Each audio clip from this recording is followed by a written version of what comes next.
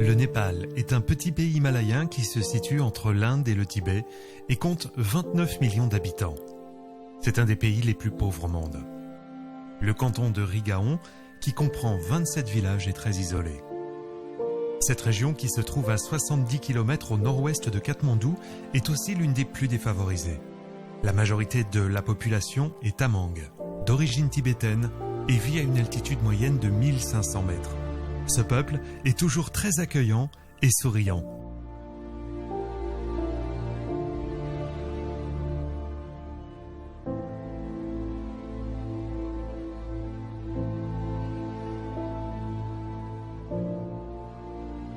Nous vivons de vrais moments de partage. Le 24 avril, à la veille du séisme, nous passons une belle journée à l'occasion de l'inauguration de l'école secondaire de Rigaon.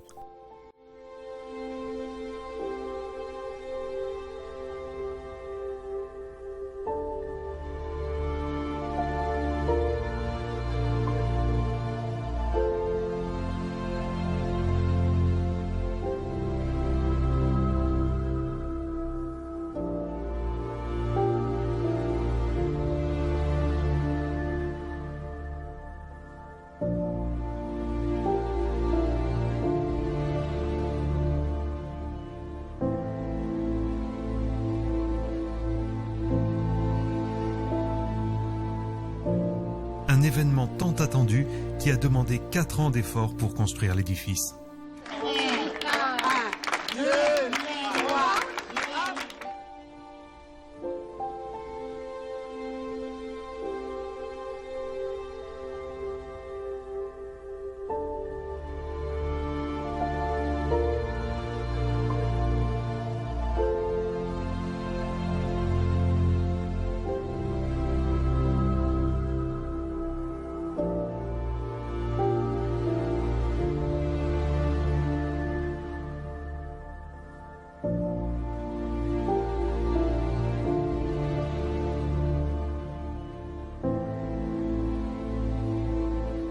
Nous partageons ce jour de fête avec les villageois, dont les danses locales, les rires et leur gentillesse naturelle nous ont apporté un grand bonheur réciproque.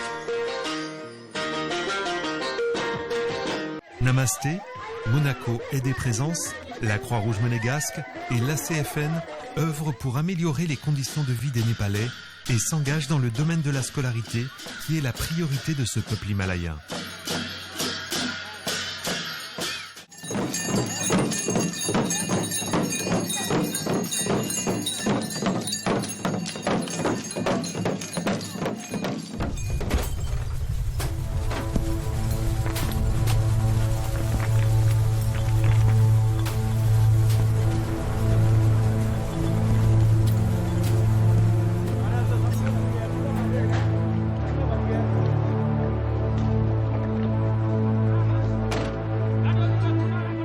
Le 25 avril 2015, à 11h56, un tremblement de terre d'une magnitude de 7,8 sur l'échelle de Richter secoue le Népal et les éléments se déchaînent autour de nous.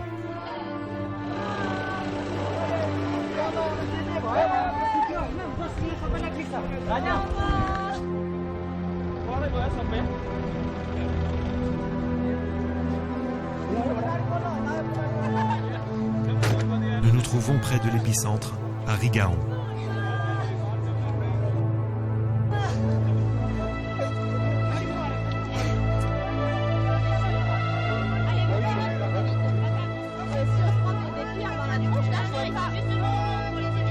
D'énormes rochers dévalent des montagnes dans de grands panaches de fumée et les glissements de terrain se succèdent sur tous les versants. Sous nos pieds, le sol ondule et se soulève comme un tapis que l'on secoue.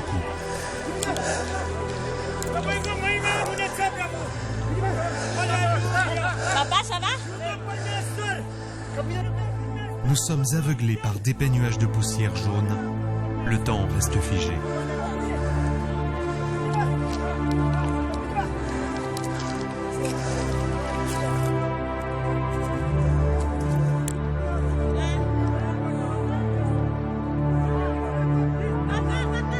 Après une minute interminable, la poussière se dissipe peu à peu. Puis, les cris retentissent, les pleurs aussi. suivi des prières et des incantations des Népalais. Il faut agir vite, car nous nous trouvons dans un site très vulnérable, où les rochers peuvent tomber à tout moment. Nous crapahutons en direction d'une zone protégée, suivie des Népalais. Les images s'en ressentent. Une demi-heure plus tard, un second tremblement de terre, encore plus puissant, de 7,9 sur l'échelle de Richter, ébranle de nouveau le sol qui bouge sous nos pieds. Les montagnes déversent des milliers de tonnes de roches. Des craquements sinistres indiquent que les derniers murs des maisons fragilisées s'écroulent. Le tout dans un grand fracas. J'ai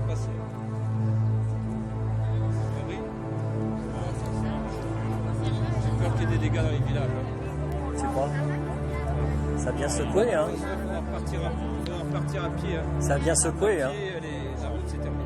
Ah oui.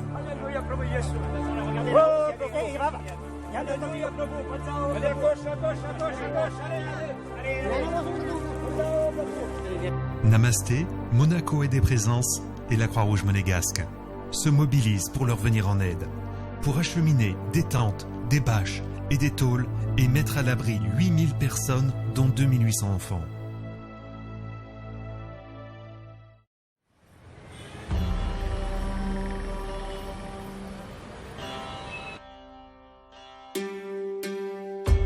Le 10 juin 2015, je suis de retour au Népal pour effectuer cette mission humanitaire d'urgence, accompagné de Patrice, d'Alain et de Denis, le médecin.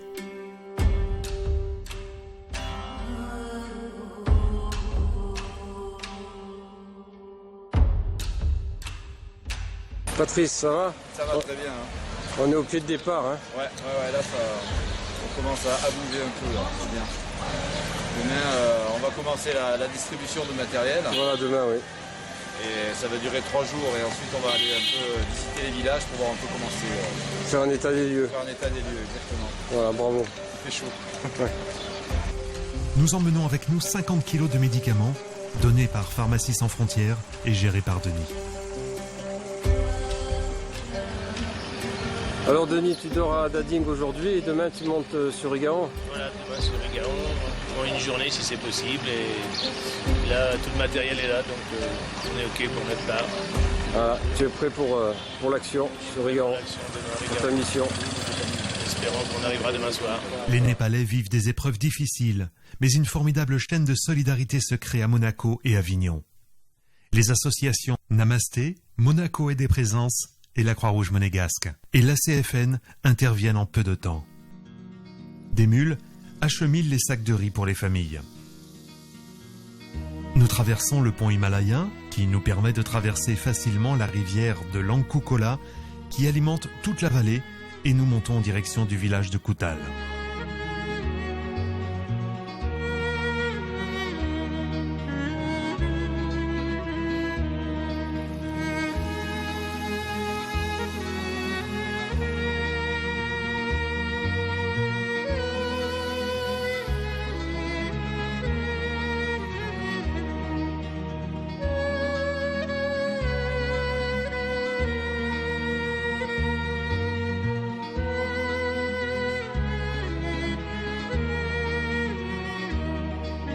Nous établissons notre campement au-dessus du village de Koutal.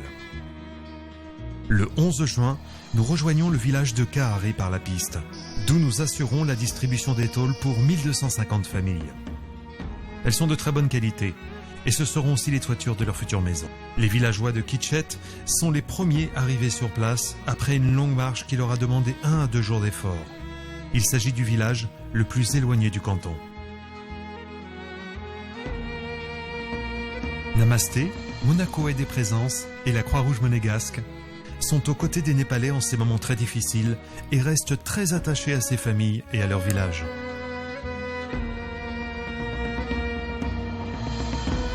Nous apportons cette première aide importante puisque les tôles vont leur permettre de se mettre à l'abri durant la mousson. Nous continuerons à soutenir ce peuple valeureux et très courageux qui développe de belles valeurs d'entraide et de solidarité. Nous sommes loin de vous au niveau de la distance puisqu'on habite Monaco et la France, mais au niveau du cœur, nous sommes très proches de vous, nous pensons tout le temps en vous.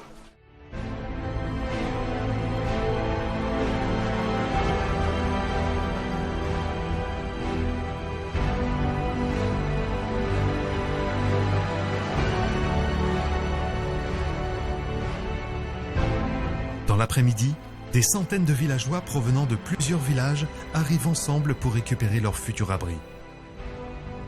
Le comité des 11 se constitue, composé des chefs de village pour travailler avec Kuhlmann, le coordinateur de Rigaon, afin de répertorier 1250 familles. L'organisation est parfaite. Les listings permettent de distribuer équitablement les différents lots de tôle à toute la population des 27 villages, soit 8000 personnes. Jean-Marc, tu signes donc pour Namasté. Hein. Je signe pour Namasté. Donc le registre du district numéro 7. Ils sont aidés par Kacharki et Premrose, qui font un travail remarquable, le tout paraphé par les chefs de village et nous-mêmes. Donc là, on a 200 000 roupies, ce qui représente 1500 roupies par famille, ce qui doit faire quelque chose comme 20 000 € je crois. Donc en plus des tôles, ils ont cet argent par famille pour pouvoir acheter les ustensiles, enfin les boulons, tout ce qui leur permettra de faire l'assemblage des tôles, donc de leur toiture pour la mousson. On remet à chaque famille un lot de 18 tôles. Puis, chacun signe en laissant son empreinte prise sur un tampon encreur. La moitié de la population est analphabète.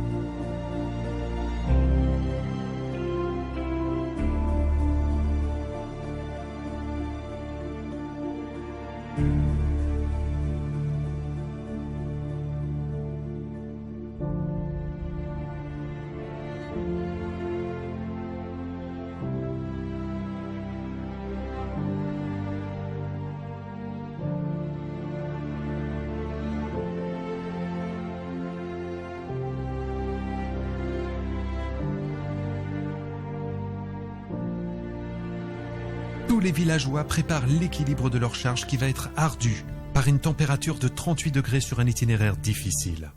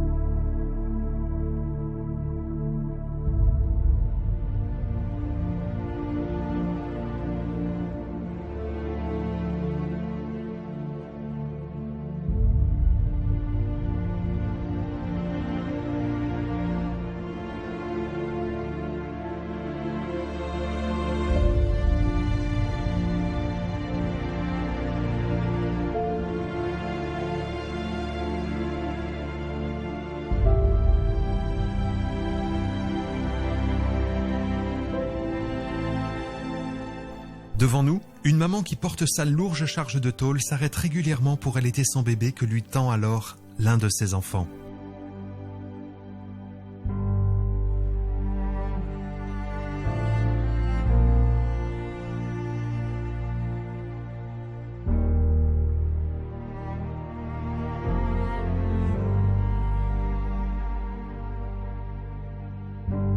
Que dire de ces jeunes femmes dont certaines ont 14 ans et qui portent ces fardeaux sans se plaindre? Car ce sont essentiellement des femmes qui effectuent le portage, les hommes étant minoritaires et souvent âgés.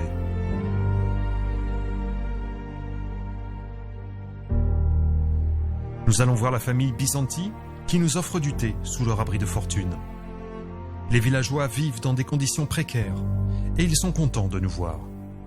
Il est important de rester ensemble, de communiquer, de partager ces moments.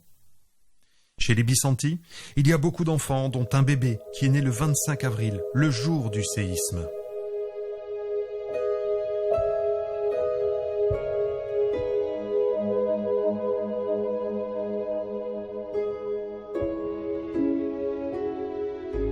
La piste, qui continue à subir des glissements de terrain, reste dangereuse et il nous faut observer en permanence les pentes instables au-dessus de nous. La moitié de l'itinéraire s'est affaissée sur la partie en aval, proche de la rivière. «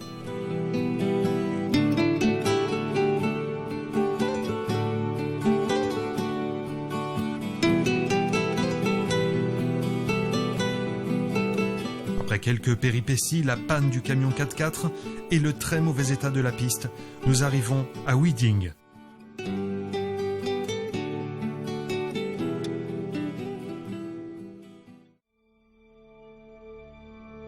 L'école du village de Tawal est détruite et en amont de la montagne, d'énormes rochers menacent de tomber.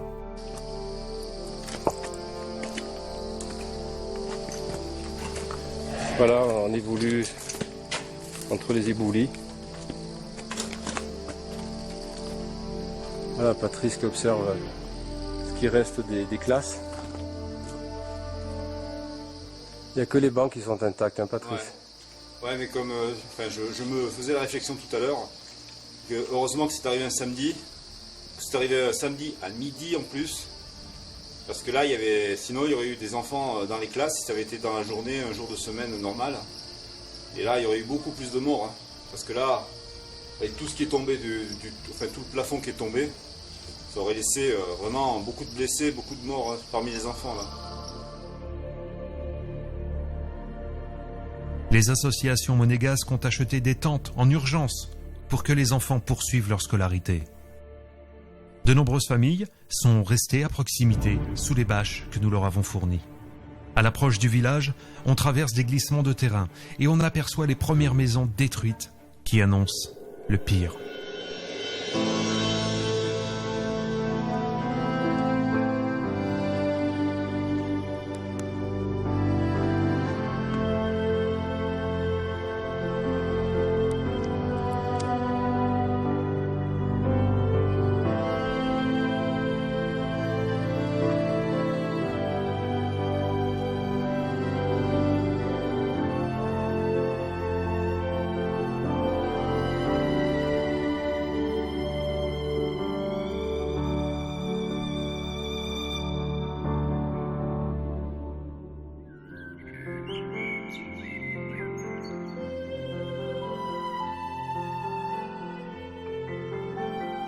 Au loin sur la crête, on aperçoit les premiers réfugiés du village de Tawal.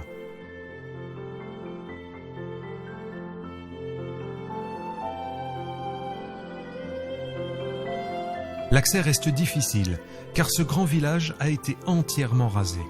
On a l'impression, comme pour les autres villages, qu'ils ont subi un bombardement. Ils viennent de sortir de leur cours de Tawal, où elles ont leur cours sous les bâches, comme on l'a vu tout à l'heure. Le constat est terrible. Ils ont tout perdu, des membres de leur famille, leur maison et leur bétail écrasés par les abris. Plus loin, un homme est recroquevillé devant sa maison en ruine. De retour d'un travail effectué en Malaisie, une semaine après la catastrophe, il a découvert toute sa famille enterrée sous les pierres de sa maison. Femme, enfants et sa mère. Depuis une semaine, il est prostré sans comprendre ce qui lui arrive. Tout le village a glissé vers la rivière. Avant le séisme, la rivière était large, mais les deux versants des montagnes qui se font face se sont rapprochés. De larges failles très profondes lacèrent la montagne. Il est impératif que personne n'emprunte cet accès. Toute cette zone est devenue dangereuse. Ce peuple courageux et digne se relèvera, c'est sûr. Mais il faut leur venir en aide.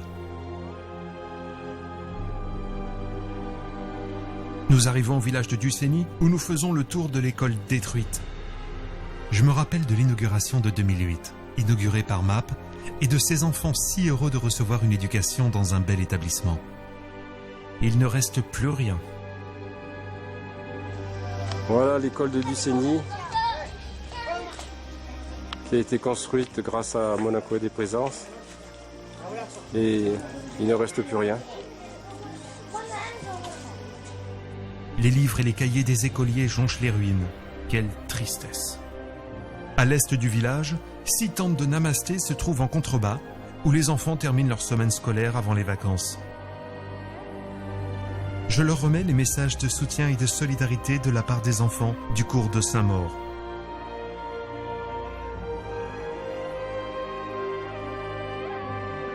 Le village de Richet est dévasté, mais quelques familles demeurent tout de même sur place. Et Denis, le médecin, s'attelle à les soigner, notamment un patient qui a un pied infecté.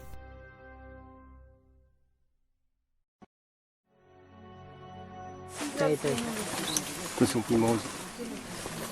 Personne n'a ciseaux.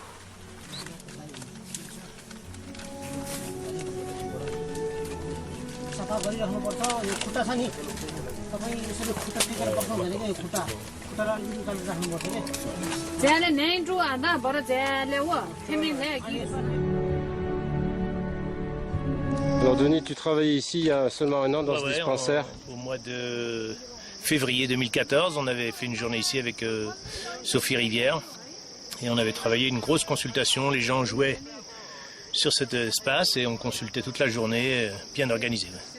Et donc il y avait beaucoup de monde. Beaucoup de monde, une très belle consultation, bien organisée, des gens très sympas, que de la joie. Et là tout est rasé, il reste plus rien. Voilà, c'est triste. Voilà, ils ont installé un campement kitschette avec même un petit terrain de volée. Les camps de réfugiés sont établis dans les alpages, à une altitude comprise entre 2100 et 2300 mètres, où les tôles sont acheminées.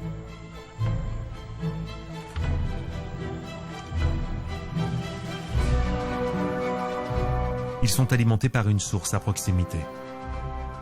Certains sites sont difficiles d'accès et pentus. C'est le cas du camp de Kitchett qui sort de la brume.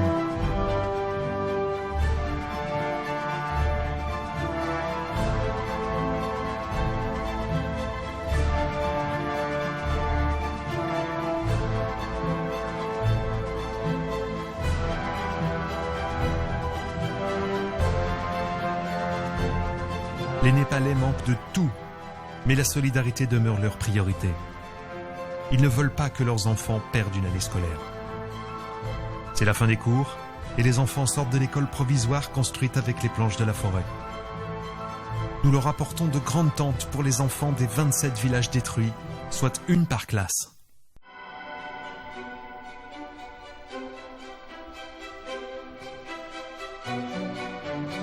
La mobilisation des associations monégasques a permis d'apporter rapidement de l'aide. Malgré les conditions de vie très difficiles, les enfants, comme les adultes, ne se plaignent jamais.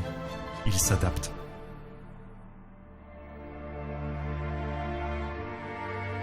Namasté et Monaco Aide et Présence leur fournissent des vêtements, ainsi que des polaires et des couvertures pour l'hiver.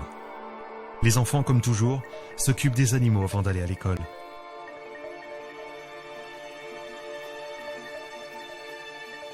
À Tawal, un enfant se dandine en écoutant de la musique et met l'ambiance pour ses camarades qui l'applaudissent.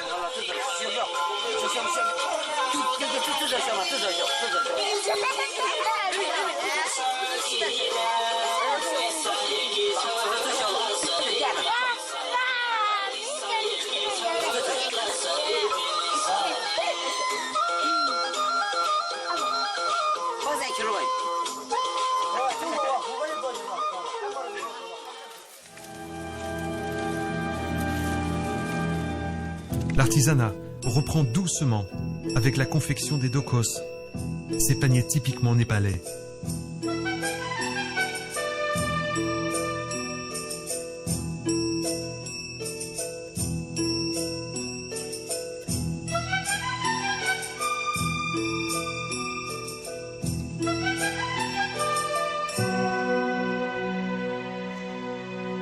Les terrains cultivés n'ont subi aucun dommage.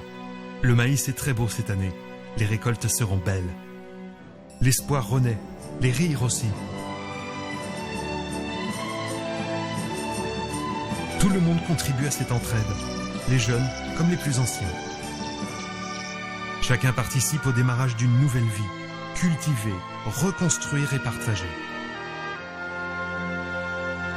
Ce peuple très humble et digne se relèvera de cette catastrophe et ses valeurs contribueront à un avenir meilleur.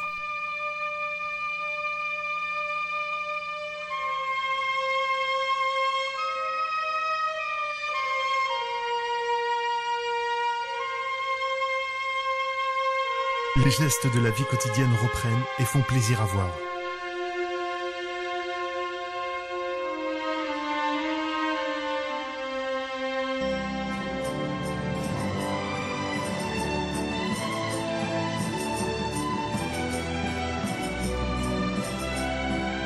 Ces mamans repartent travailler sur les cultures avec leur bébé dans leur panier.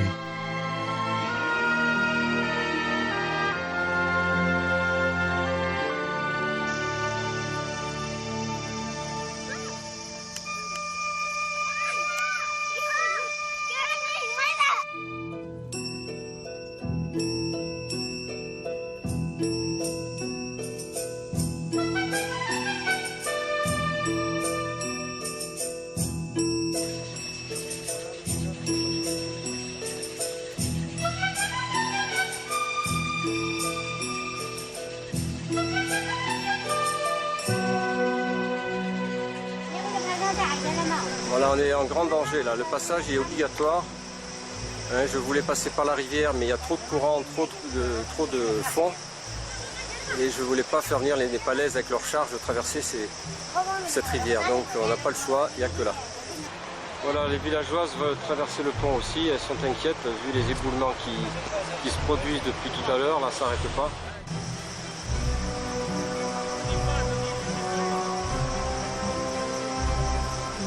Bravo Alain, bravo. À Denis.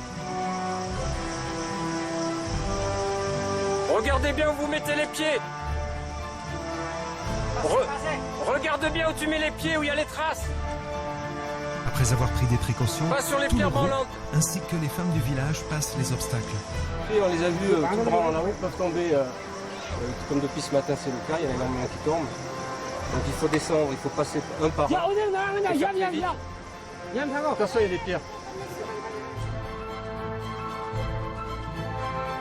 C'est le retour sur Katmandou pour tout le groupe.